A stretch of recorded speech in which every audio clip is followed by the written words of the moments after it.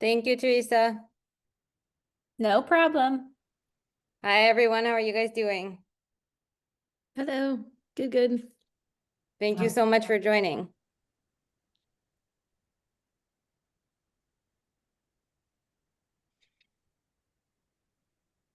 Brian, how are your travels? Yeah, it's 9:30, so I'm feeling good right now, but we'll see by the end of this. It might be yeah.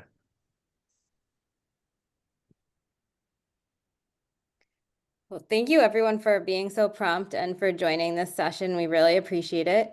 I've met most of you, but I'm Gia. I am a neonatologist in Boston, and I am the Career Development Chair for TECaN.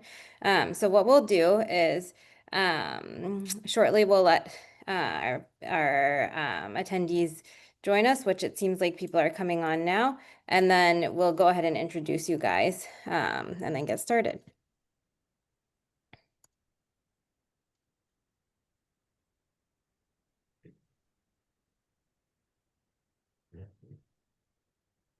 I'll start at about 4:35 just to give people some time to sign on.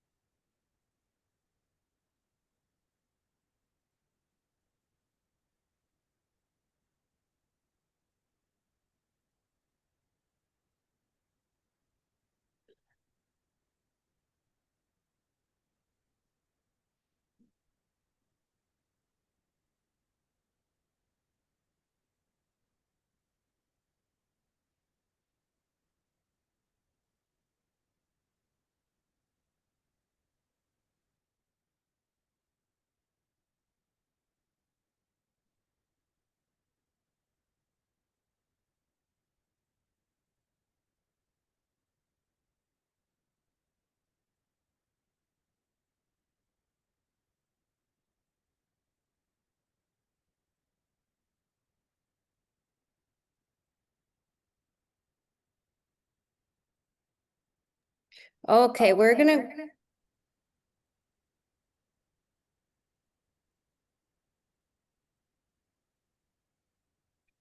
go ahead and get started. So my name is Gia Yannikis. I am a neonatologist at Beth Israel Deaconess Medical Center in Boston, and I am the TECaN Career Development Chair. It's my pleasure to welcome everyone to our first edition of this job change webinar. So this is part of the job search series that was developed a few years ago, but on the feedback of members of TECaN, we've developed this new session focused on changing jobs during the early career period. We have the privilege of welcoming 7 panelists today, who I will introduce shortly. Just to give us a lay of the land, we have a set of prepared questions based on what was submitted by attendees. So we will start the session off with some of those, but please feel free to put any questions that come up in the Q&A, and I will bring those up for our panelists. And just to note, people are welcome to make their identity anonymous. We know that this can be a sensitive topic, especially if you haven't discussed yet with your division. So feel free to sort of identify yourself however you see fit in your Zoom name. So with that said, our first panelist is Dr. Mandy Belfort. Dr. Belfort is a neonatologist and the Associate Chief of Research in the Department of Pediatrics at Brigham and Women's Hospital in Boston. She's also an Associate Professor of Pediatrics at Harvard Medical School. She leads NIH-funded research that is focused on early life diet and its impacts on health outcomes later in life, and has been widely published and had her work inform public health recommendations and clinical practice related to breastfeeding and nutritional approaches within neonatal care. We also have Dr. Jessica Davidson with us. She is originally from Philadelphia, Pennsylvania, but 8 years ago moved to Utah to join the University of Utah, where she is the medical director at Intermountain Medical Center. She is also involved with the AAP as the District 8 liaison to the Society of Neonatal Perinatal Medicine Executive Council and was a past chair of the Clinical Leader Group. She has also been involved as the chair of the neonatal committee of the Utah Women and Newborn Quality Collaborative, and focuses primarily on clinical leadership, unit operations, and community advocacy for neonates in her state. Our third panelist is Dr. DeCruz, Dr. Ravi DeCruz, who is a neonatologist in Seattle. He currently works with Pediatrics Medical Group of Northern Puget Sound, and prior to his career in medicine was actually a designer and architect in New York City. He did his medical training at Brown and his residency at Brown as well, and then transitioned to the University of Washington prior to his current job at Pediatrics. Also of note, he is a co-founder of SmallTap, which is an LP stabilization device for neonates. Our fourth panelist is Dr. Susan Wong. She is the Lula O. Lubchenco Chair in Neonatal Perinatal Medicine at the University of Colorado School of Medicine. She's a professor of pediatrics, a neonatologist, and a health services researcher with extensive experience in that field, and leads work related to neonatal substance exposure, as well as infant safe sleep and reduction of sudden unexplained infant death. She received her medical degree from SUNY Downstate, her MPH from the Harvard School of Public Health, and her PhD from the University of Colorado. And she's moved several times, completing her residency and chief residency at New York University and her fellowship at Boston Children's Hospital prior to her move to Colorado. Next, we have Dr. Brian King. He is an instructor of pediatrics at Harvard Medical School and a neonatologist at Beth Israel Deaconess Medical Center. He was previously at the University of Pittsburgh, where he was an assistant professor after completing medical school in California and San Diego and residency at Cornell in New York City, and as well as fellowship at Texas Children's. His scholarly work focuses on improving value of neonatal care through economic evaluations and studies exploring resource utilization and practice variability. He's also involved with the AAP Society for Neonatal Perinatal Medicine Journal Club, and he's a board member and social media lead for EB-NEO. We also have Dr. Ashley Look, who is an assistant professor of neonatology at the University of Texas Austin Dell Medical School and Pediatrics Medical Group. She completed her undergraduate training at the University of Florida, her medical school training at Florida State University, and then was a resident and chief resident at UT Southwestern. Did fellowship at Baylor, and then a second fellowship in fetal and translational medicine at Children's National. She is the fellowship director and founding director of the NeoNICU program at Dell Children's Hospital, and she's had multiple leadership roles within the AAP, including as chair of the section of pediatric trainees, as well as TECaN. She currently serves on the Committee on Fetus and Newborn, and has continued all of her work in the field of perinatal neurocritical care. And finally, we have Dr. Jennifer James, who is a neonatologist with Maine Neonatology Associates in Portland, Maine. She earned her medical degree from the University of Rochester School of Medicine and completed both residency and pediatrics fellowship training at the Children's Hospital of Philadelphia. She is an assistant professor of pediatrics at Tufts University School of Medicine, and she also serves as a medical director for critical care transport at Barbara Bush Children's Hospital. She has a special interest in ethics and palliative care and counseling around periviable infants. And she serves on the ethics committee for Maine Health, as well as the physician lead for her NICU's Vermont Oxford Network QI Collaborative Steering Committee. So to all of our panelists, thank you so much for joining us. We have a rich breadth and depth of experience with us today. Just to get us started, I gave a little bit of information about your backgrounds, but I'd love if each of you could just share where you started, like what your first job was out of fellowship, and then share a little bit about the first career transition that you made and sort of what drove that decision. Dr. Belfort, do you want to get us started? Sure. Thanks, Gia, and hi, everyone. Um, so I finished fellowship kind of a long time ago at this point, but when I was starting to look for jobs, I knew that I needed to stay in Boston just for family reasons, and our fellowship includes 4 different academic hospitals, and there's not really a clear process for identifying opportunities within the system, but it really came down to there being just one job available for me that I ended up taking, and that was at Boston Children's. Um, at the time, I was a little bit conflicted because the Boston Children's NICU is really a surgical, outborn only, like smaller unit. And just the way things are structured at Harvard, the delivery hospital services are really separate. I did have a clinical role at a community level 3, but I was a little bit conflicted. In the end, it ended up being a really good decision. And I knew that I wanted to apply for a K award, which I was able to do. And I had some protected time in that first job. I got my K. Fast forward, was finishing up my K, finished, and was trying to figure out what to do next. And I just, again, was feeling like it would be better to be in a birthing hospital. And at that time, there was a new chair next door at the Brigham who was actively recruiting people who were interested in research aligning with her work, Dr. Terry Inder. And so I actually just approached her, kind of cold call, and ended up deciding to make a transition there. So that was 10 years ago now. So I spent like essentially the first half of my attending career at Boston Children's, and then the second half at the Brigham.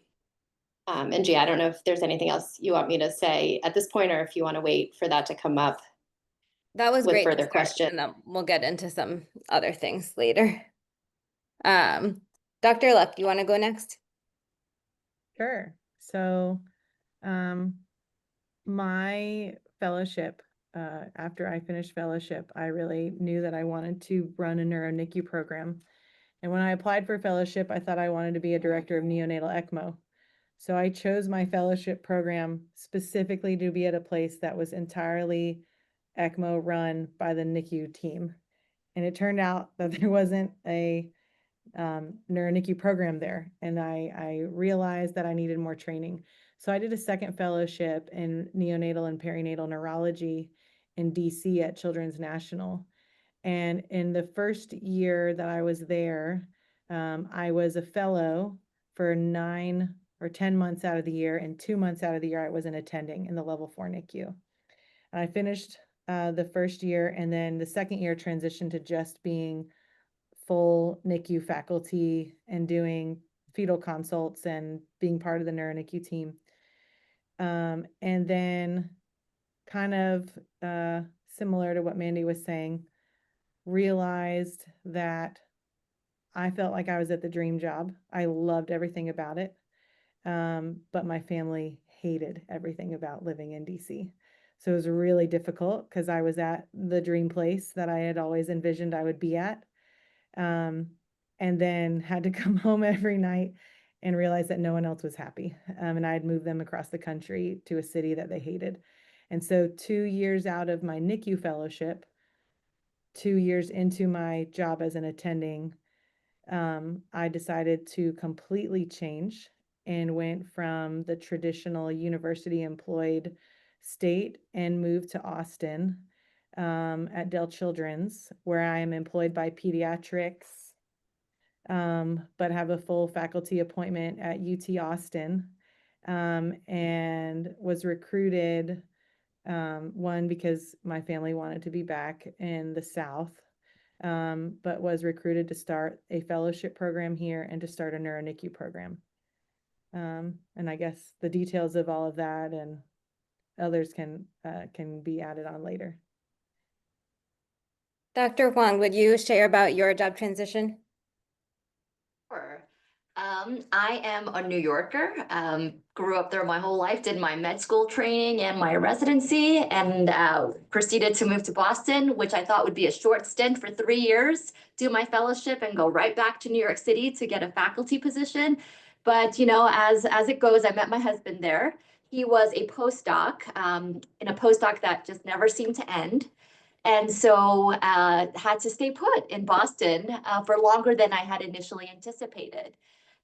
When I was graduating, there were 6 in my class, superstars, Meg Parker, Dimitri Duchovny, Pia Wintermark, right? And they all wanted to stay in that network within the Harvard neonatology network.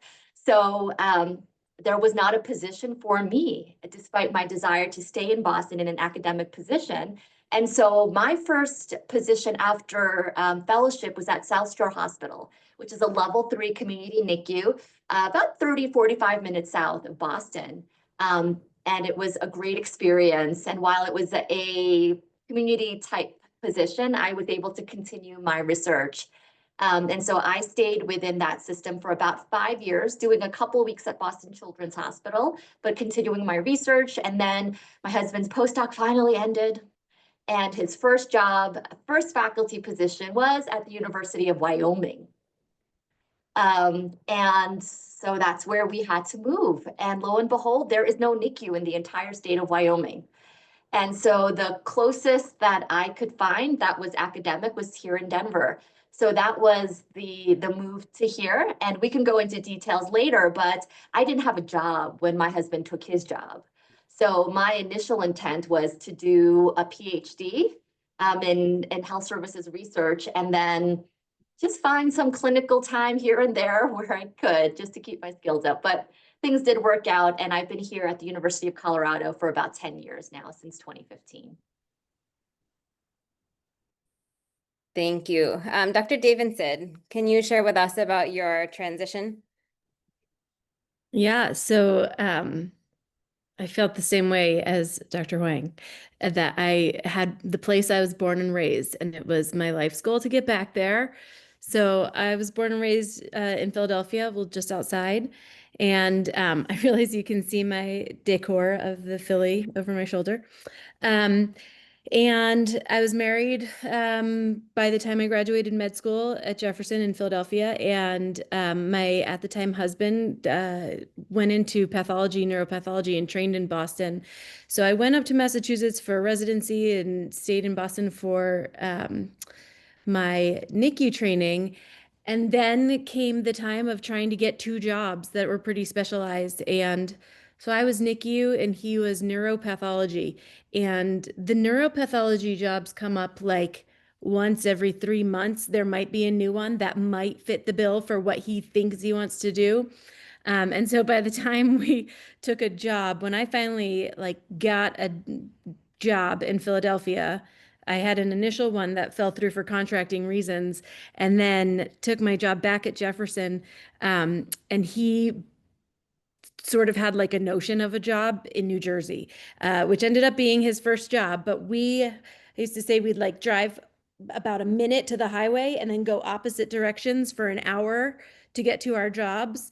I was taking home call from downtown Philadelphia, and I lived like an hour outside. So when I would take those 72-hour weekend home calls, I would stay downtown with my sister while my then husband and kids would be like home, and we were having babies and everything. And it was like, this doesn't feel like what we've been working all this hard for. So I think we just knew that it wasn't where we were going to land. And the dream neuropath job came up for him in Utah. And every cell in my body was like, we're not going 2,000 miles away. And then I like flew in and saw the mountains, and I was like, oh, I'm home now. And then the rest is history, and we ended up in Utah, and we got divorced, but we can talk about that later. Dr. James, would you mind sharing about your job transition? Yes, and hi, Jess, and just all the love. So hi guys, I'm Jenny James, and as you heard, I did my residency and NICU fellowship in at CHOP in Philly, and then I took my first attending job there, and I was in that job for 4 years, and honestly, it was like a pretty ideal. Like it was like the exact job I wanted after fellowship. I was mostly because like CHOP has like the delivery center NICU and the tertiary level 4 NICU, and I was like based in the delivery center at HUP, and I was like loving life. Like that was exactly what I wanted to be doing clinically. I created like a niche for myself based on my interests, and I was basically doing on my way to being a kind of like administrative track as well as was really involved with fellowship teaching, which I loved. And and I think like for me, I absolutely love my job like in a vacuum, but kind of how other people had said it. I was having young kids, and I was feeling a lot of like pre-burnout or burnout. I don't even know, and I just felt like given the academic pressures that I knew were there at my institution, and how I felt torn between family and work, I started looking elsewhere, but I really only looked at one place because I had friends that had moved up to Maine and joined this like unicorn amazing practice, and and they were like, "You got to come here," and so I reached out to them, and they're like, "No, we don't have everything now. We'll keep you in mind." And I was just living my life and honestly like very happy in my job. I just was feeling a little burnout. And then I got the call that they had an opening, and I was like, I've never even been to Maine, but I'm going to go check it out. And it felt like a very good fit. And the reason I call it a unicorn job is because it is a private practice, but I have an academic appointment. We are at a academic hospital, and I get to teach residents. And if you want to do research, you can. And I mean, I don't, but but it's such a better work-life balance. And so that was really what I was searching for. And also because my family was in the New England area, and my mother-in-law was in Philly, so had to get out of there. You know what I mean? So that it was, a little bit of work, but a lot of life is why I chose this. Dr. King, can you share your story? Yeah. Um, yeah, so a little different than some of the other stories, because I sometimes a lot of the conversations have been about like hometown roots and such. I'm from Portland, Oregon, which doesn't really feature on most of my career track. So I did fellowship in Texas, primarily because of my wife's work at the time, and then looking for a job immediately out of fellowship, it was 2021. Well, when I was looking, it was still 2020, so COVID. Wasn't the worst year. The year before was even worse than my year, but still difficult, right? All virtual interviews, couldn't go anywhere. People tried to like look into whether I could enter the hospital, and most places said you can't even if you came, we wouldn't let you in the door. Like it was crazy. And my wife was pregnant with our second kid, who was born in January that year. So I had sort of like a personal time crunch to find a job, and COVID made it hard to kind of get a sense of what places were like. But I was really open to moving anywhere. I ended up landing in Pittsburgh just based on the combination of those things, and it was, it was an academic position, but um, pretty clinically heavy, which I thought I was okay with to begin with, and I realized fairly quickly that it wasn't what I wanted in my early career in terms of like kind of supporting my early goals. And so I tried the sort of approach to renegotiating or figuring out a way to stay, because actually also somewhat different to some people, my family really loved Pittsburgh, like where we were. We had ended up, the family part of it was like fantastic. They had a Montessori school that like our eldest was in and our youngest was going to go into.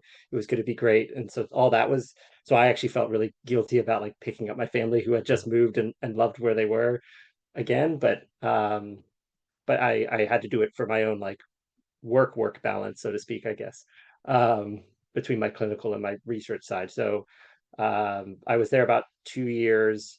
a little bit over 2 years because of having to like sort of work my notice period, which we could talk about as a barrier to job changes. Um, and then came to Boston to still be in an academic center, but currently in a position that gives me more time to divvy up my work balance appropriately. Thank you. And last but not least, Dr. DeCruz, can you share your transition story? Yeah, absolutely. And I hope I wasn't distracting the other panelists. I've been kind of nodding like a madman over here with a lot of the points that kind of resonate. And I think a lot of us have similar themes with what we went through. I graduated from Brown in little old Rhode Island. And then my wife got a fellowship kind of late in the job search period in Seattle. And it was going to be a 1-year fellowship in OB management for family med doctors. So we knew it was pretty intensive. We thought, we'll just scope out a place, in Seattle, see how it is in the Pacific Northwest. And Ashley, who's on the panel, love you, Ashley, connected me over with some people at Seattle Children's who reached out and said, they have an opening. Why don't you come by on an acting assistant professorship contract, see how you like Seattle, and, stay with the group. Uh, I ended up coming out, so my interest is I was a designer. I had a grant to develop an LP device that's now on market, and so at the time I thought, okay, well I'll parlay this into device-related research, similar to what I was doing in fellowship, and I wanted to just see how this would kind of develop over time with this group. Um, I think, I'm sure a lot of the other panelists would agree. A lot of times the change is not related to, you can find so much happiness with the people you work with. And I love the people at the UW group. I think it was a great group of folks. One of the points I was nodding like a madman during was when Dr. Davidson was just describing home call with a young child at home and living far from the place. I was taking home call from Tacoma. We had moved with a literally 30-day infant when we moved to Seattle. So we were managing newbornhood and my clinical time. And it was incredibly stressful. I realized that I preferred to be the one doing the management rather than getting a call that a baby has pneumoperitoneum I think the worst call was pneumopericardium. What do we do with this? I'm like, I need to throw my shoes on and get over there now. I would prefer to have been there right from the get-go. And I ended up interviewing with a group here in Seattle, and I know there are some members of my group on that are in our listeners as well. It's a wonderful group. It's a private practice that works in the same city. The hard part is there's non-competes between the two, and we can talk about that later as well, navigating that, because a lot of the times that happens within big city groups. But I did end up interviewing while I was deciding on finalizing my next contract with UW, and ended up moving on to this group. And I know that there's some questions that Gia had sent us on how did you tell your group, and that's its own awkwardness. We can get into that later. But yeah, it's been a great transition. I love the group I'm with. And I'm sure we'll talk about this more as well, but your first job is not your forever job, and you don't have to expect that you're going to find everything you want in the first one. There might be some kernels of gold in there, but it's also okay to find your own happiness as you go. Thank you. That was actually going to be my next question about disclosing to your current workspace. So if you want to continue your thought, you're welcome to. Oh my gosh, it was incredibly awkward. I think there's a lot of things that I think people should think about. I think the idea of betraying somebody or betraying trust, I think, comes in a lot. I think what helped inform my decision is that I have a lot of friends that are outside of medicine. And I think in medicine, we often are very altruistic people. We want to do what's best for both our patients and the people around us. But a lot of times that also includes the people that you work for or with. I think there's a big difference between a contract that you sign that you then go against. I think that's a little bit of a betrayal. But I think an implication that you are interested in the contract or interested in staying with a group is not the same thing as saying that you are staying. I think that's one of the things that it became very awkward with my transition, is that I had actually approached the group when I interviewed and said I would be happy signing a 3-year contract. And I think what made more sense for everyone involved was to do a 1-year to begin with. The main problem is the 1-year didn't have the non-compete in it, whereas the 3-year would have. And there was a lot of miscommunication and misunderstanding about whether or not I had a non-compete. In the end, I truly did not. I ended up, in terms of the specifics of how to broach the subject of leaving a group, I think that's a very different conversation than broaching the subject of I'm unhappy within this group. And I think if there's fixable things that are specific that you could bring to the attention of your division director or your group leader, I think you owe it to them to do it first before you decide on making a change, just to see if there are fixes. If there are things that you know are not fixable, I don't think we have, it's reasonable to say you shouldn't interview elsewhere. And I don't think it's reasonable to say you have to disclose that you're looking. I think it creates a very awkward work environment if you're sitting there within a group and having to tell people that you're unhappy for things that are not fixable. And then in terms of telling the group, I do think it's important to do it in the most timely manner possible to make sure that they can fill the gap that you leave. And I do think it's important to be really direct. I had a very awkward direct conversation with the division director at the University of Washington. But in the end, they were just wonderful. They said, we're really happy if this makes sense for you and your family. And I think that's what a good division director would do for anyone. So I'm definitely happy to talk more with anyone if anybody's contemplating a decision. And please just feel free to email me. Go ahead, Brian. I wasn't sure if you wanted like raised hands or something to add to it, but just to echo that, I also thought I was preparing myself for a very awkward conversation with my division director in Pittsburgh, and came out with it like being incredibly, honestly, maybe not shocked, but just like happily surprised at how supportive she was. That like she was just like, I'm so glad that you found something that you're happy with, But I do think, Robbie, when you mentioned the sort of process to get there, I think that's important, because before that I'd already had prior conversations about, this is what's not working. Like, is there a way? And so it wasn't just out of the blue. I went from, hey, I'm happy to, hey, I'm leaving. It was, this is what I'm looking for. What can we do? Nothing can be done. I found something else, and here I go. So I think that process, I think, really helps, because the other thing I'll add is I kind of realized and appreciated that a lot of times it's not even just about your division director or your division, right? Like a lot of times limitations in what they can do for your situation. If it's a personal issue, obviously they can't do anything. But even for me, when it was an academic issue, it was just powers beyond the division that they were just like, this is just not something that we can do for you. In which case it wasn't anything between me and her or anyone else in my division. It was other people that I never met and will never meet. So it was actually a much nicer experience than I had anticipated. And I think that will hopefully be the most common outcome for most people. I have also like a cautionary tale, so hopefully someone can learn from my mistake, because I think that's one good thing from these panels, right? You do not need to make the same mistakes that I did.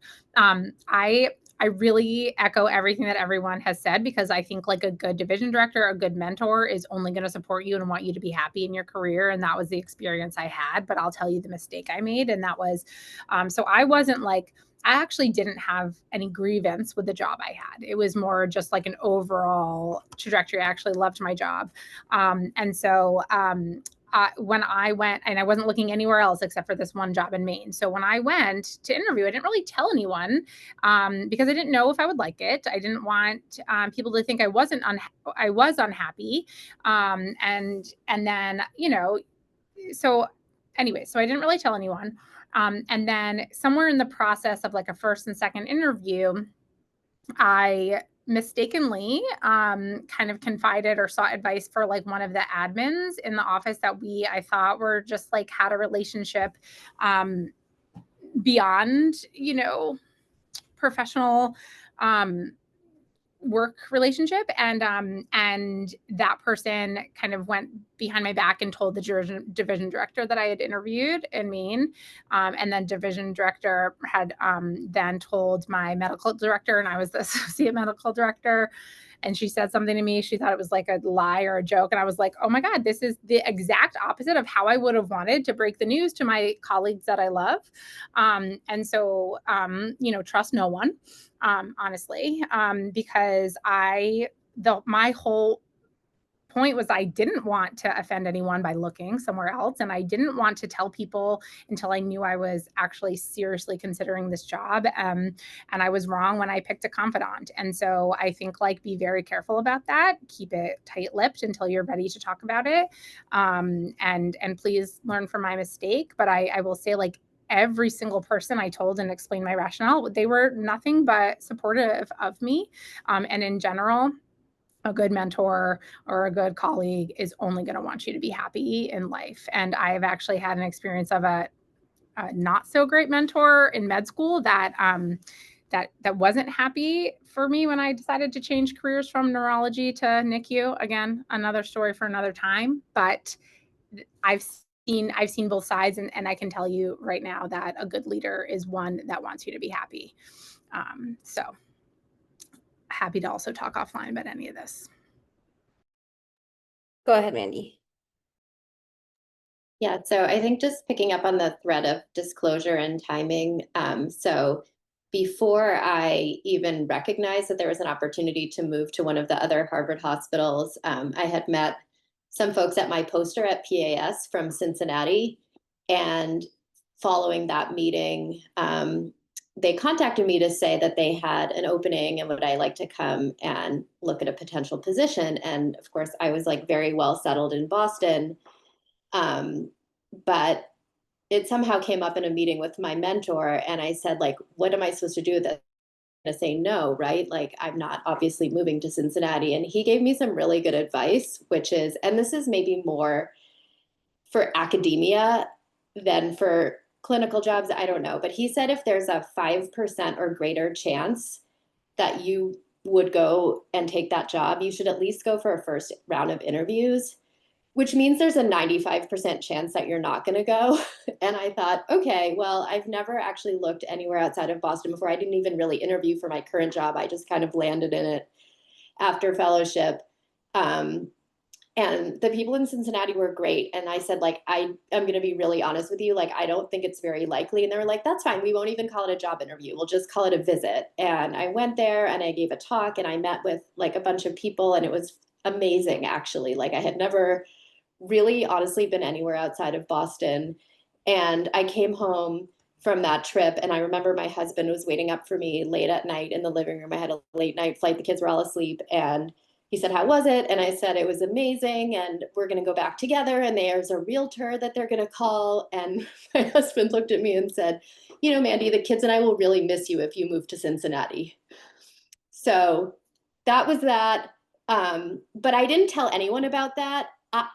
I don't know if anyone found out. I mean, people definitely talk, but that was sort of the end of the Cincinnati story. But just about the disclosure piece, I didn't feel like I had to tell anybody that. And also, if somebody had said, oh my gosh, why did you go to Cincinnati? Are you unhappy? That would have been an okay conversation. When a few months later, I realized that there was actually an opportunity next door that I hadn't even really thought about before. I think having been to that day in Cincinnati really helped me understand what I liked, but also what I was kind of feeling restless about in my current job. And then those negotiations and conversations had to be extremely private, because this is all one big happy Harvard family. It could have gotten extremely awkward if things leaked before I felt the level of certainty. So by the time I had decided that I really did want to move, and I went back to talk to my division director at Children's, she was completely shocked, had absolutely no idea. It was extremely awkward. I can still feel the awkwardness now, 11 years later. But it was, like Robbie said, it was just a very direct conversation. And in the end, I was asked like if there was anything that they could do to make me stay. And it just turned out like there really wasn't. It was just a new opportunity and I was ready to move on. And so it ended up being very, um, it was fine after that initial awkwardness. And then the last thing I just want to add, which is another piece of advice I got, was like, tell everybody who you really care about directly that you're leaving. And so after I told my division director and my medical director, like within literally like 36 hours, I had like reached out to all of the physician colleagues in my group and talked to them on the phone, if not saw them in person. So there wasn't like a lot of chatter and then just another kind of handful. But I think I felt so good about being able to do that. And again, it was a little awkward, like people were very surprised, but I thought that was really, really good advice. And I'm glad I took it, just to tell people directly as soon as you can so that they will be hearing it from you directly. Okay, we'll go to Ashley and then Susan. Thanks. I agree with everything everyone's been saying. I think in hindsight, regarding disclosure, I wish I would have disclosed to myself sooner that I wasn't happy.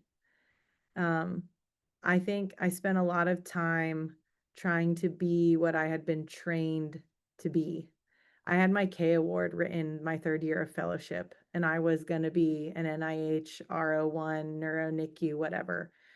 And I spent a lot of time trying to convince myself that it was okay. I actually remember my long 2.5 hour drives in to DC from 15 miles away. I remember driving and just thinking like, God, why am I so incomplete? Like, why do I not feel I got to where I wanted to be?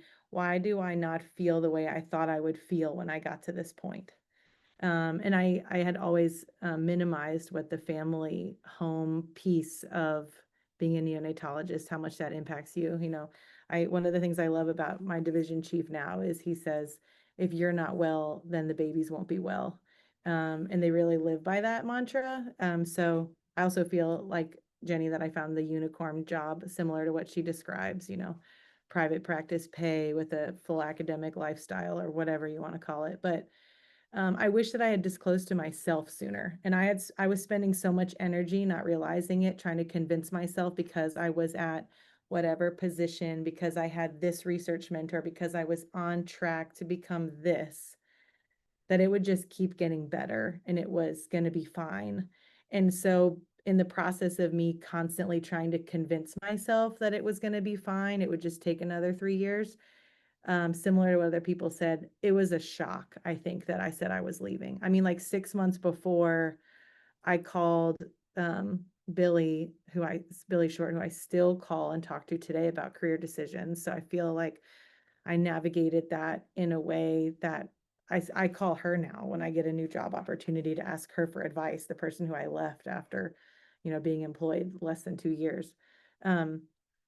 I think she was shocked. I think everyone was shocked, similar to what Mandy said, because 6 months prior, I had my meeting, and I'm going to write my K award, and this is my mentor, and I'm doing this, and this is the plan. So I wish that I had been a little bit more honest and disclosed to myself.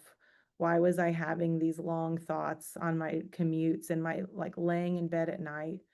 The other thing I wanted to echo that Mandy said is I actually interviewed for my job twice, a year apart. The first time that I interviewed was when I was trying to decide if I would do a second fellowship or if I would just take the job. It was a random Facebook message from an attending where I did residency that I had never worked with, who reached out and sent me this message that I saw like a month after she sent it, because I try to stay away from Facebook. That was like, I found this amazing job that I think you would love. I know this is really random and you're going to go be an RO1 researcher, but I think you would actually love this practice. And on a whim, I went. It was my only private practice interview that I went on. And I remember I came home and my husband was like, what did you think? And I was like, I'm terrified that I loved it. It's like, I'm not supposed to love this job. Like, no. So I told them no. I turned it down. And for anybody who's ever interviewed with pediatrics, one way you'll know that they really want you is they send you this super bougie Harry and David basket with frozen pears and wine bottles and stuff. And then they hired 4 neos that year, and then there was no spot. And then I went back to my everyday life, and I went back to Texas to visit friends and had this like out of body experience where I realized like I'm not happy where I am, and now they've hired and there's no more job, and I was freaking out. And so I called and re-interviewed a second time. But I wish in that year that I had been sitting there thinking about and comparing every day to what would it have been like if I had been in Austin. I wish I would have been more forthcoming with my mentors and with my division chief about it, because I did feel bad that I just dropped this bomb that, oh, I'm leaving, even though literally a month ago I told you I was going to start this program. But it was also during COVID, similar to Brian. It was 2020. And I did it over the phone. And in hindsight, I wish I had not done it over the phone. I do have deep regret about that I called my division chief. There was some other family stuff going on, like with my mom. I thought she was going to have cancer, and luckily she didn't. So I just got a call from her, and it was a very emotional, like, yep, I've got to go. I got to take the other job. And I just called her at 4 p.m. on the phone and said, hey, I'm really sorry, but I have this family stuff going on, and my husband's actually not been happy for 2 years. I just never realized it or told you. And so I've interviewed, and I'm going for a second interview to look at a job in Austin. I did it all over the phone. I deeply regret that. But being the amazing person that she is, she totally forgave me, and it didn't impact anything at all. But I would say do it in person, be timely, and don't keep trying to hide how you're feeling, because it just makes it more difficult and more awkward that people are like have whiplash when you say that you're leaving. And there can definitely be feelings of like, was this person being fake this whole time, that I had anxiety about and worried about. I'm sure they didn't, because any of us know that if someone leaves your practice, you're very understanding. But that would be my advice about it. And go to whatever random weird job interview invites you get from people, even if you think there's no way I would take this job, because there's exciting stuff that comes that you just didn't realize might be perfect for you.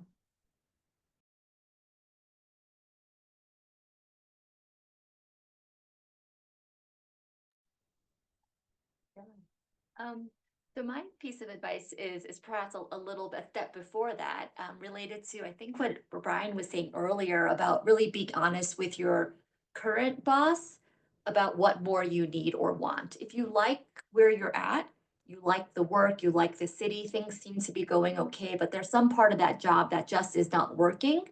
Regardless of how junior you might be or even coming fresh out of fellowship, I think having an open and honest conversation with your chief or whoever your direct supervisor is about what more you want is really, really important. So really advocating for yourself. The example that I'll give, I mentioned that straight out of fellowship, I worked at a community NICU. So it was a community position. So it's full clinical. So anyone else who had taken that job previous to me, there was no research obligation. If anything, you worked so many clinical weeks, there was no time. But during that job, I still did my research and I really enjoyed it. And so I knew that I wanted more protected time. And there happened to be another position then in Boston that it was an academic position with far less weeks of service. And so when I went back to my current boss and said, I think I'm going to take this other job, she was like, well, I didn't even know you wanted less clinical time. She just had no idea. And so she's like, of course I'll give you more time if you're being productive. So she like cut my time in half. And so had I asked sooner, I think it just would have been a very different conversation, because I was going to her to say I'm leaving, but she then was like, well, I'll match whatever the other place is giving you. Now, the conversation I had with the other place was a little awkward, but I had wished I had asked for what I thought I needed at that time. The second story related to advocating for yourself comes, this happened to me here in Colorado. As I mentioned, my husband was in Wyoming, and I was here in Denver, and he would do this crazy commute because we lived in Denver to Laramie, Wyoming for his faculty position. And we did that for 5 years. And in the 5th year, he got into an awful car accident because Wyoming winters are pretty treacherous to do that drive. And at that point, I thought, we're not doing this anymore. We are going to live and work in the same city, and we're going to move, and we're going to go to a place where that's possible. And it so happened that there was that opportunity back east where there was a faculty position for him and a position for me back east. And so I went to my chair and I'm like, my husband and I can't make this work. We're going to have to go. And he's like, well, what does your husband do? And I told him, and he's like, well, why can't he work on our campus? And so he said, well, let's get him a faculty position on campus. So 5 years after doing this crazy commute and driving, he then moved his lab to my campus. And now we're both in the Department of Pediatrics, but he is in the section of developmental biology, which is a PhD basic science division within our Department of Pediatrics. And so I think I was just timid in asking for what I thought I would need. But if you are a valuable asset to that organization and the people that you're approaching have the power to make certain decisions or advocate for you, I think it's really important that you do that and have those conversations and have requests and just see what your chief or your boss, how they respond before moving forward with saying, I'm gonna just leave and get a new job. Well, I can chime in my experience. So I don't think I have too much to say that gives too much insight beyond what all of the rest of the panel has shared, but in terms of the actual experience itself, it went similar. But I think a couple things that might help with if you are contemplating this sort of choice, maybe just some of these sound bites can roll around in your head. Number one, that in neonatology, there's such a benefit to getting, even doing something like what, can we talk by first names? It just feels like easier. But to the story that Mandy was saying about just going for the meeting in Cincinnati, even if it's something as brief as that, to holding or to training in Boston for residency and fellowship, and then going to Philly for my first job, and then coming out here to Utah. I have hung on to all of the connections I've made along the way. And I mean, I remember meeting Ashley, like when I was a fellow, I think you were a resident and you were like, I'm going to be the neonatologist. I was like, watch out for that girl. And like I met Jenny at conferences and we've stayed in touch. And I feel like that in neonatology, the value of networking is invaluable. And, stop, you're on the path. And, even my previous job in Philadelphia, when I started Clinical Leaders Group and started creating office hours and panels and things like that, I've stayed in touch with the folks I worked with at Jefferson to try and make sure that they knew it was going on and could have a voice there. So I think you still have something to give to the group that you're leaving, and you have something to gain from that experience and something to bring to the group that you'll be joining. When I got out here to Utah, I sort of said, when I was in Boston, there was so much intermixing, and we had lectures all the time from people from the university down the street or whatnot. And I mean, out here in District 8, right, Susan, like it is the largest district in the AAP. And there's not so much of like an institution down the street. So I just started inviting people out. My chief let me create like a visiting professor program lectureship. And so I just started inviting people that I had worked with along the way. So the networking is invaluable for all those reasons, and for the reasons that it might open a door to one of those job interviews or potential jobs. I think the other thing I would say is that when you take your initial job and then choose, for whatever reason, whether it's the mountains or the feeling in your gut that you can't quite put your finger on, or your research or whatever it is, it makes that next step, at least for me, I think it brought such an intentionality to it that I think comes across in how you present in that new job. And I just don't know how you find that, even if you have all the confidence and exactly what it is you want to do in your first job. I think that just somehow stepping out of the blazed trail. I can't think of a great cliche, but just stepping out of that, I think gives you an intentionality that will give you kind of a little leg up in your next job. And then when I was job searching, we had the two body problem. which I thought it was a thing, but I remember calling Bob Christensen and saying, "Do you know what the two-body problem is?" And him saying, "No, Jessica, I'm not familiar with that one." I do explain it's when both partners work. And we have these like medical jobs that are impossible to find in like a normal whatever landscape or city even. Um, and and I think to Susan's point, telling your prospective employer that you have a partner who who is also interested for their reasons, and them doing the same thing for you works really well and is very helpful. These institutions want their employees to be happy and want them to, you know, bring their families. So speak up. Thank you all for sharing that and for being so open with your stories. I think it might be helpful. There are a couple of questions all in the same realm about basically like navigating contract specifics. You guys got at this a little bit, but navigating non-competes, navigating, Brian, you had mentioned sort of like you're navigating your existing commitments and like fulfilling the terms of your contracts. How did you, who dealt with that? And if so, how did you handle that? I'll start. We none of us get trained for this sort of stuff. So I'll admit, when I went to look to leave the job, I had no idea what was in my contract. I'll be honest. I had to work a 6 months notice period from, putting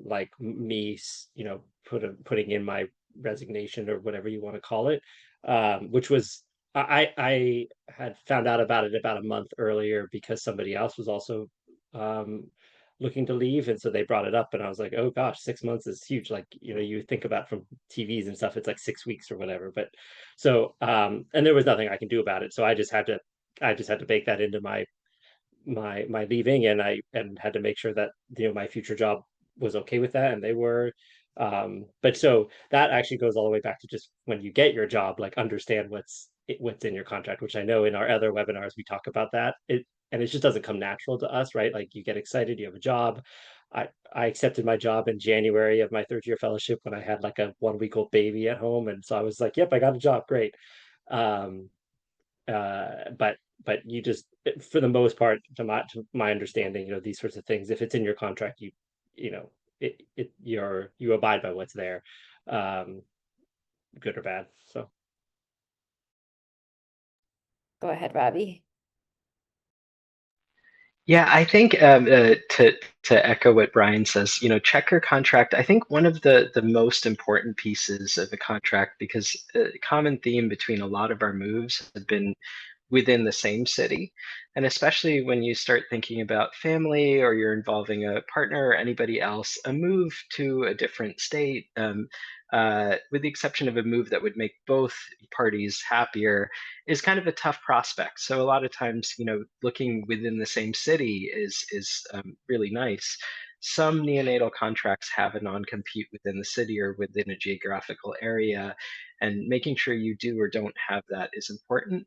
They often actually, at least approaching a group about the potential of striking that, is important. I think there have been times when that gets taken away from your contract before you sign it, if you throw enough of a fuss about it. And The other thing is that's becoming more the norm, that it's hard to enforce those. So just know that you're not ironclad to those specific non-competes. Go ahead, Mandy. So, full disclosure, my husband is an employment attorney, and he just gets such a kick out of how clueless we all are about these things. But also, he's actually helped both me, but also like a lot of other physicians and scientists negotiate contracts. So I think like it's, maybe for your first job, like there's not often a lot to negotiate. Like, you're coming right out of fellowship. This is kind of the job that we offer to everybody. And you could try to ask for maybe 2 extra weeks of protected time or ask for a higher salary. In my experience, there's not a lot of give in the first job. But if we're talking about a transition, now you are more valuable because you have a track record. And so I think it is really worthwhile to consider having an attorney at least review your contract, and help you understand any kind of non-compete, help you understand that these are certain things that you might ask them like to take out. And just even just for advice, I think that can be really helpful. And then on the back end of a job that you're leaving, there may be ways to buy yourself out of terms that you're not happy with. Like if you want to leave in 4 months, not 6 months, like I think, there may be some financial way to make that contract whole, that on balance would work for you. So I think just, considering engaging an attorney and just, paying for a few hours of review and advice can go a long way, especially in a later career job transition where there will be a lot of individualization, that you'll want to think about. So just my biased 2 cents.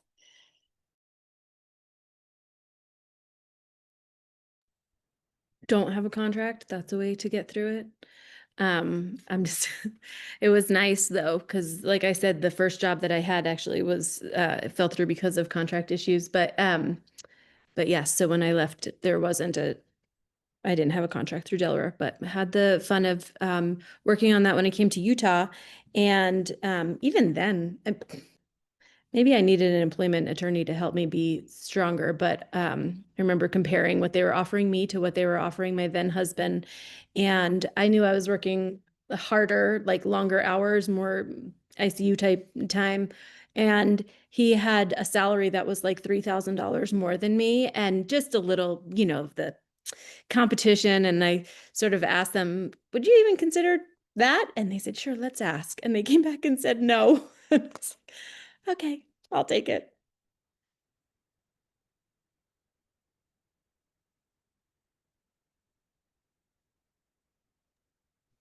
This is sort of related to what we talked about before, but how did you guys navigate the timing of telling your existing employers? Like, where in that process, how far along were you in that process? Some people, it sounds like you had already accepted the job or were about to accept the job. Did everyone take that approach, or did others share their intention to move earlier?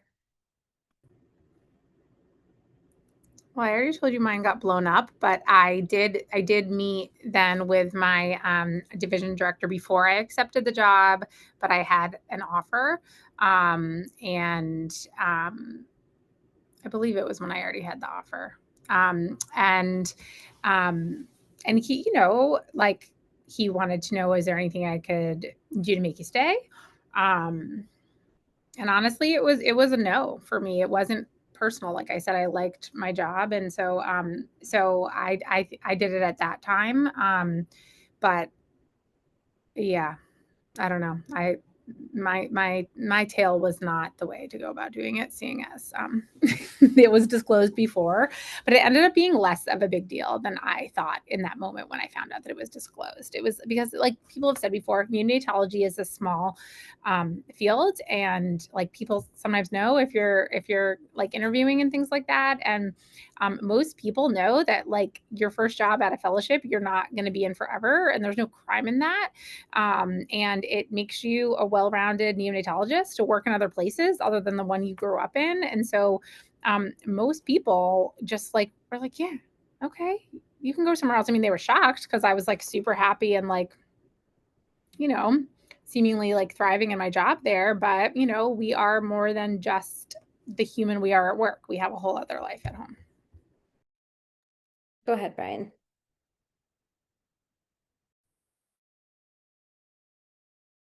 You're muted. Thank you.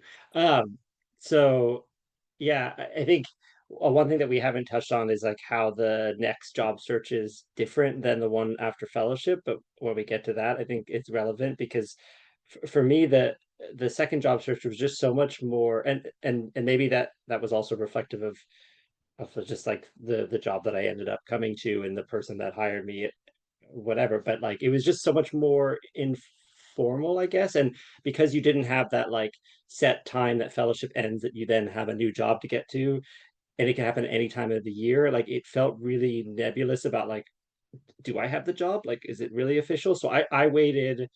I mean, obviously, my division chief, because I'd had conversations, knew that I was looking. I mean, the conversation prior basically ended with, if if there's nothing you can offer me, I think I can get something better somewhere else, is essentially what I said in a nice way. So they knew I was looking. But I waited until like I had the contract before I then kind of gave my official notice and told them. I had these like weird fears about like, could I end up with no job at all if they then like fire me after I'd tell them, etc. Right. But that was hard because I also at that point knew that I had to wait 6 months. So then it was this like, I want to start that 6 month waiting period. But I also want to know that I have a contract in hand. And so I do think it has to be real. It has to be, you can have conversations, but until you have something in writing, at least in my sort of in my experience, I really wanted to have that before I made it official. Go ahead, Mandy. Yeah, I totally agree, Brian. I think you absolutely need to have something in writing that you're happy with. It doesn't have to be a signed contract, but you need to have a written offer that includes the key parameters of the position.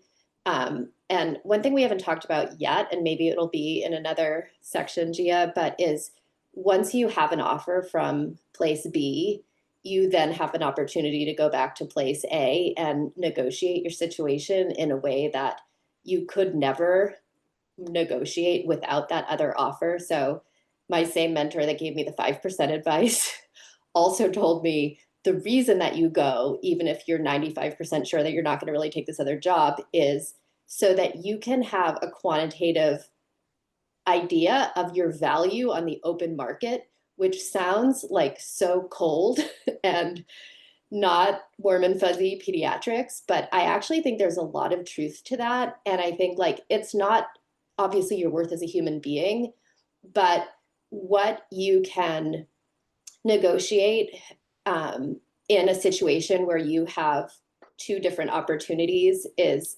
almost always better than you can get from just going to your division director and saying like, hey, I'd like a little bit more protected time. Because now all of a sudden they have information about what someone else is willing to give you. So I think just like recognizing that if it is a situation where you're going to be considering staying versus leaving, just there's going to be a lot of time that it's going to take. I think probably Susan can speak to this, but there's a lot of time that needs to elapse between when you get that first written offer from the new place and just going back and forth and kind of haggling and making that final decision. So just making sure to realize that there's a huge amount of value just in having a written offer from somewhere else that you can leverage to improve your situation, whether you end up taking it or not, and to recognize from the timing perspective, which I think was what this question was about, that once you have that written offer, like the clock is kind of ticking in terms of making the most of that to better your current situation versus take this better other opportunity. Go ahead, Robbie.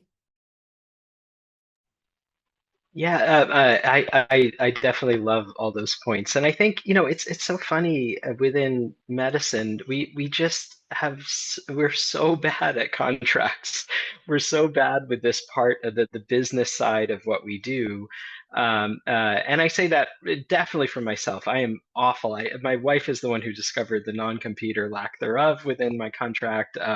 But my friends outside of medicine just kind of laugh at our inability to set aside a business decision versus kind of working from the heart. And again, it's just the nature of why we went into medicine. A lot of us, want to do right by others. But I think a good thought exercise that helped me before talking to my division director was really like, what would it be the flip side? What would it be if they decided I wasn't a good fit for their department? I don't think they would spend as much time agonizing over, the telling me. I think it would be a rather direct conversation where they'd sit me down and say, look, this is not working. Your 1 year contract is up. We're going to be moving on to somebody else. And that's the way, every other job works, is that you explore opportunities, you do what's right for yourself. And you try your best not to hurt anybody else in the process, but just recognize that at the end of the day, this is a job. It is a there are we're working for pay, and we do bring certain things to a department that are great for it. But you have to please yourself and those closest to you first. So yeah, I think that definitely helped me kind of think about what I would say to the group.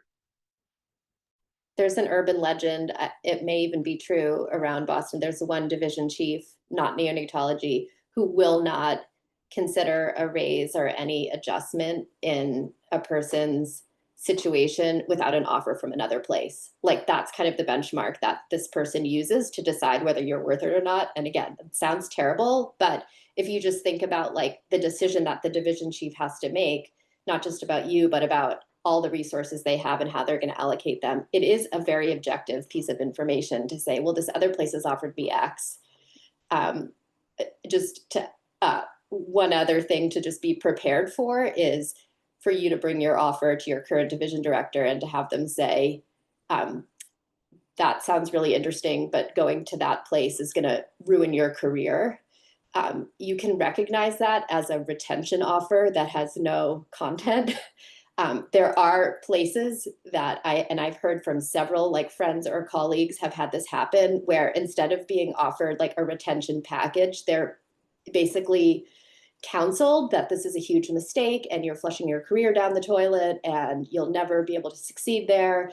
And they don't actually offer anything. And I mean, that's kind of unfortunate, but I think it's just important to realize that like you might not get a great counter offer and it's not personal. It doesn't mean that you're not a valuable person or doctor or academic. It's just sometimes they either can't do anything or there are just other situations. But sometimes people will get a response of like, that's a terrible move. I don't know why you would ever do that. And it's not nice, but it definitely can happen. We've gotten into this a little bit, and Brian referenced it just recently, but how did the search process for you differ? Are there ways that it differed from your first job search out of fellowship? And as part of that, how did you balance this search process with your existing and ongoing responsibilities, both clinical and otherwise?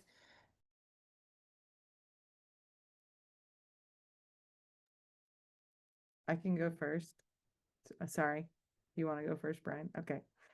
The second search process is, I would imagine you all know, much more intentional, much more targeted, much more knowing exactly what you're looking for. The other thing I did differently was I reached out to anybody I knew who either was at places I was considering or who knew someone there. Maybe a former friend, or you see someone trained at X fellowship program and you know somebody else who trained at that fellowship program. Okay, can you give me so-and-so's number? And had a lot more pre-scoping it out calls. Hey, what's it like there? Are you happy? How's your division? And you have obviously a lot more information because now you've been a faculty member. So you know what it's like to be in faculty meeting, right? Or like what are signs of a good functioning faculty and how does a chief support new people and the leadership structure and things like that. So I did a lot more of that. And so it was a lot of phone calls on my excessive commute home in DC traffic. It was luckily, I think now post-COVID, Zoom interviews is just the thing. So a lot of Zoom conversations with division chiefs to just kind of feel it out. Or, I was interested in neuro NICU and fellowship stuff. So I would reach out to med ed and neuro people first to find out, is there space for an early career-ish faculty member to transition here? What would be the role? And I asked very pointed questions like, are you planning to rotate out of your medical director? Because I wanted to be a neuro NICU director. So are you planning on rotating out of your position as the director in the next 5 to 10 years? Do you have somebody on faculty who you know is already in line to take your spot? I asked questions about where people's salary were that I felt more comfortable to ask than when I was a fellow, because I don't know, just feels different now more as a peer.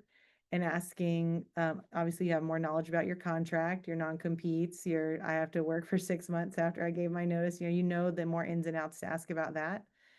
And then after I would do all of these virtual things, I would intentionally try and stack them when I was not on service. which is hard when you're new junior faculty and you're doing a full clinical FTE a lot of the time. So at the time in DC, that meant, I think, 24, 26 weeks of clinical service. So I would have to stack them and then travel. And I also would be very forward and ask if they would pay for my travel to come there, which some places would, others didn't. But, you just ask, what's the harm? And so I tried to stack it like that. I also wanted to echo what somebody else had said, that people talk and people find out. So if you are reaching out to talk to any of these people, you have to be really clear about, how much confidentiality is needed. Because I think I've probably definitely now, being on the other side, seen someone's interviewing and reached out to my friend and been like, oh, so-and-so's coming to interview. And they're like, they are? And I'm like, maybe you're not supposed to know that. Please don't say anything. So be really, clear, and don't feel bad, because I understand we get a lot of faculty that request that. So that would be my advice. Utilize virtual, utilize conferences, meetings, and those opportunities for conversations, and cold call people, even if you don't necessarily know who they are, to have conversations before you approach the leadership. Go ahead, Brian. Yeah, I was just gonna elaborate more because I had mentioned it before. So yeah, my second job search was very different because it was essentially like a and I think it was Jess who mentioned how important networking is. And so essentially my job search was a networking based job search. It was I'm not happy, where can I go? Talking to mentors and people that I trust, and getting in touch with people. And actually, like my three initial conversations with division chiefs were all at a PAS conference over coffee. It was like, let's just meet up and chat, and this is what I want to do, and this is where I want my career to go, and we had a conversation, which obviously like would have never happened as a fellow. At least for me, it would never have happened. So it was a very different initial experience. But then it became like an agonizing wait because of working around my schedule. Right, in your third year, you're like doing no service time, so like you can go whenever you want at the drop of a hat. And for me, it was like, okay, we met in end of April. I couldn't find a time with my service obligations to actually go out until like middle of summer. And so like that dragged it along. But like ultimately, the place that I ended up moving to here in Boston, my first meeting with the division chief, the first time I ever met him, was just coffee at a hotel at the Marriott in DC. So it was much more, I think, uh, it does change the dynamic, because you obviously, I'm not, and I still don't consider myself a peer to him in a way, but I am, like, as a faculty member, it's not like you're not a trainee talking to somebody. You are sort of more peer to peer. One thing that I'll say that I wasn't sure about, which I'd be curious to hear what other people think, because we talked a lot about disclosures, and while I totally agree that like keeping it under, like, sort of under wraps is really important. When I was like polishing up my CV and wanting to send it out, and I had my references, like I did struggle with, like, is it a red flag to not have anyone listed as a reference to where I'm currently working? Like, that seems, if I were looking at a CV, that would maybe be a red flag. And so that was one disclosure bit that I kind of struggled with, and I did end up like confidentially talking to somebody who I really trusted, who didn't spill the beans, thankfully, who was a supportive sort of peer, who then I felt comfortable listing as a reference. But I do wonder, just in this conversation, what people think about that. Go ahead, Jess. So I do in the medical director area, at least, and I know this is nuanced, but I do a lot of like credentialing after people are like hired. And that's really where the reference things come up. If you're talking to someone and the chief wants to, kind of ask around about you, I actually just wrote this in the chat, and I didn't want to I was trying not to be distracting, even though I was with my last chat. I'm sorry. But I would write something like this. If I like sent an email with my cover letter attached, I would have my cover letter attached, but then put something like this in the body of the email. Like, I appreciate discretion and confidentiality at this early point in our discussions. And then I think it says hosts and panelists. Oh, you're right. I'm sorry. So, okay. Well, Gia will share with you, or I can say it again. I appreciate discretion and confidentiality at this early point in our discussions. And then you could say to them, like, you could even say, I'm happy to give you the name of some peer references when we're further along, and I'm more, maybe if after I've disclosed this to some folks I work with or something. So I would say to just call that out and ask for the discretion if you still need it.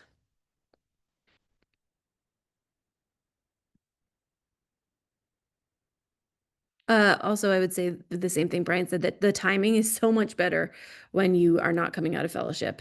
And if you have to take your job and coming out of fellowship and you have a sense or an intuition about some things, but don't feel like you have the opportunity to get the job that you wanted, absolutely give your job a try. And I was counseling a fellow this, it was one of our like homegrown fellows, and we were doing the interview breakfast thing, and it was me and my chief going with this like homegrown fellow. So I felt like we were sort of talking to her more candidly.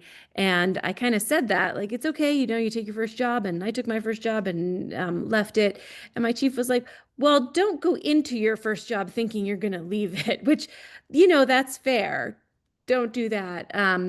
Give it a good shot. And then be objective and honest and assess things along the way. I mean, we're like expert decision makers, right? So you can take the coordinates along the way, but just knowing, I think I saw several people when I was a fellow leave their initial job and do it with the intentionality and do it on the timeline that allowed them to make a decision that fit so much better for them as people and as neonatologists and for their families. Thank you all so much. We have like 7 more minutes. So in this last 7 minutes, if anyone has any parting advice or important points that you didn't get a chance to mention, please feel free to do so. And we can, if people are comfortable, we can also make everyone's emails available as well for direct conversations. Pick places that have beautiful mountains, and you can hike and you can ski and you can snowboard and you can do all those things. And go places that are new and scary. When I told my chief that I was coming to Utah, he said, "Are you Mormon?" And I said, "I think they let other people go there." Utah was actually the place that my friend was told she was going to end her career. Yeah. Wait, in a good way? It's No, really in a not bad going way. well Like for Jess. from like a big academic powerhouse. Like Oh. basically we want you to stay, but we're not going to really like put anything behind it. So we're just going to tell you that you're ruining your career and you can make your own decision. And PS, like 10 years later, she's thriving. So So it's someone I work with? So is it one of my no, partners? it's not non-peds. Gotcha. Yeah. I got you. Utah's amazing. Yeah, That's she my loves it. that's my plug. And I Great. think too, for all of us that were like homegrown in big academic institutions, like, like I was, it does seem a little bit like sacrilege, right? To break the news that you're leaving to either go to private practice or academic light or whatever it is. And so I think, especially what Ashley was saying, like, be honest with yourself. Like, just because you've been on this train for so long and it's like ingrained to you that you need to be a lifer at this institution that raised you, you actually don't. And people do leave, and people are happy, and there's so many excellent places to practice neonatology where you can thrive. And that, I think, like what all the panelists have stressed is like life matters, family matters, and can drive other situations other than just the academic reputation of the place that you are in. Couldn't agree more. The other thing that I would say is, if you've interviewed at one private practice, then you know how one private practice works. It's kind of like, I don't know, trisomy 18. they all have the same label, but they've all got different flavors to them in terms of how they function, and money can be vastly different. We didn't talk about this much, but money does bring some amount of happiness. So I didn't factor this in at all, but I mean, I figured it out financially as well, what the impact of staying versus going was. I think the youngest generation now is much better at this, and hence probably why we're seeing less people go into peds. But when I figured out that I would never be able to buy what I thought was an attending home in a good school district and pay off my loans, that was a huge eye opener for me. And then moved and paid off 300 grand in 2 years. So there's a huge factor about your finances that I think we all feel guilty to consider, because we're doing it, as someone said, to be good altruistic doctors and help people. But there is a certain amount of, I mean, to be politically incorrect, like crap that you're willing to deal with if it means you make $200,000 more a year, right? I think that that's meaningful to anybody. You can take some of the stress and get a house cleaner and, pay for things that are daily grinds that I never would have been able to afford in DC with the cost of childcare and what I was being paid. So we haven't brought that up, but do a financial strategy as well of the potential places that you're looking at and what are your long-term financial goals. If you realize you're never going to be able to retire where you're at, then you should probably think about that. So yeah, I'll be that person, and you can label me as the private practice pediatrics person who wants to talk about money, but we can't ignore it. And no, I don't go to my job for the money, but it's really great to be fulfilled and be happy, and then also pay off your loans. So Can't agree more. I literally, and also like every private practice job is different. And so I think a lot of the, like you mentioned, and a lot of the, everyone says like, oh, you're going to like work your butt off or whatever. I mean, I'm sorry, but I do 6 weeks of service a year. And so when I moved here, like one of my colleagues, when I was moving, they're like, yeah, we're going to pay you more so you can work less and spend more time with your family. And I'm like, what's the catch? And I haven't found one yet. yeah, I think there's lots of different groups, right? Like we don't have Envision or Kaiser represented here, so we should definitely be all inclusive. But the private practice world, a lot of practices, you automatically go up on your salary to a max. So for example, my practice's salary max is $350K, and then that does not include bonus. And I do about 15 weeks of service a year. So it's so different, right? Like the practice down the street, they do Q4 24-hour calls and easily make 600 a year. But I didn't want Q4 24-hour calls.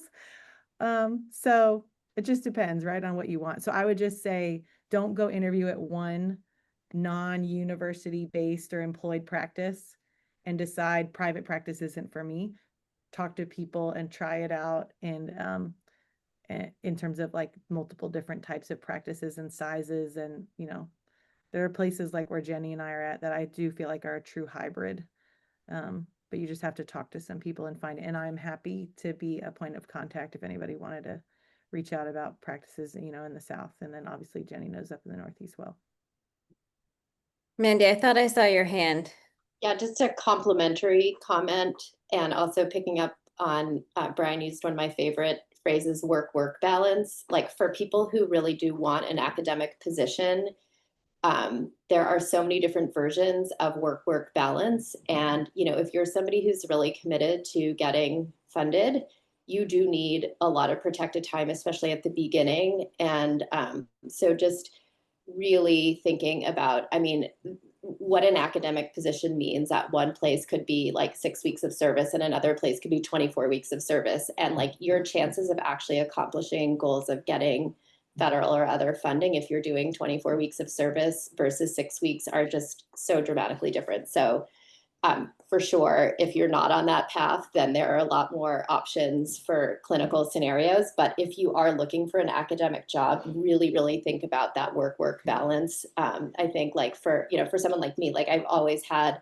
a chunk of my time funded research. And for me, that actually gives me great work-work balance because a big part of my time is pretty autonomous. My like funded PI job is kind of like a small business in a way. I mean, obviously I'm responsible for it, but I feel like that gives me a huge amount of autonomy that I wouldn't have if I was doing more clinical time. So that's just always kept me focused on academic type jobs. And I would say like the biggest driver of moving to this new position was that I felt like between some startup funds and some protected research time and other resources, it was the most likely overall scenario to get me to my next goal. So I think just that work balance piece within an academic job is really, really important because you're in an academic job for some very specific reason or set of goals that you want to accomplish. Okay, we are now at time. Thank you again, everyone, for sharing with us today, for being so honest and open. This has been a really rich conversation. I am going to put up a QR code with just a brief feedback form for this session. This is, as I mentioned, this is, I'm not sure if you see my presenter view or the other view, but it doesn't actually matter. You can fill in the QR code. This is, as I mentioned, our first time doing this session. And so we would really appreciate any feedback that you have for us so that we can develop it further for the future. And we will reach out with email addresses and contacts if people do want to follow up and have more personalized conversations. But thank you again to our panelists and have a good night, everyone.